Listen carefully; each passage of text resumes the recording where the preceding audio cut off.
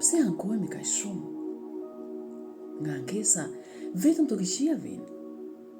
Njeriu i Zotit, njeriu i mirë, nuk ka ankesa ndaj askujt, por ka ankesa vetëm ndaj njeriu, ndaj vetes.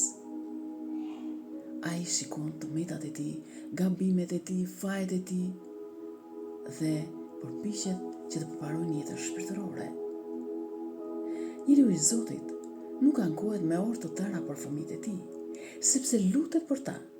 Nuk ankohet për kolegët, sepse lutet për ta. Nuk ankohet për burrin, për gruan, sepse lutet për ta.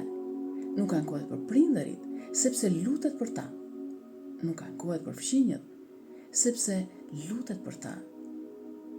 Njeriu i Zotit nuk është i pushtuar nga demoni ankesës, sepse e di se mbas ankesës do të rritet dhe mëkate të tjera, siç janë thashethemet, përgojimi, gjykimi. Dhe njeriu i Zotit përpiqet që ta zbatojë me përpikmëri atë që thot Shën Isak Siriani: O Zot, më ndihmo të shikoj fajet e mia dhe të mos gjykoj vëllain tim, të mos gjykoj asnjë njeri. Le të përpiqemi edhe ne në jetën shpirtërore dhe le të lutemi Zotit që të na shpëtojë nga demoni i ankesës.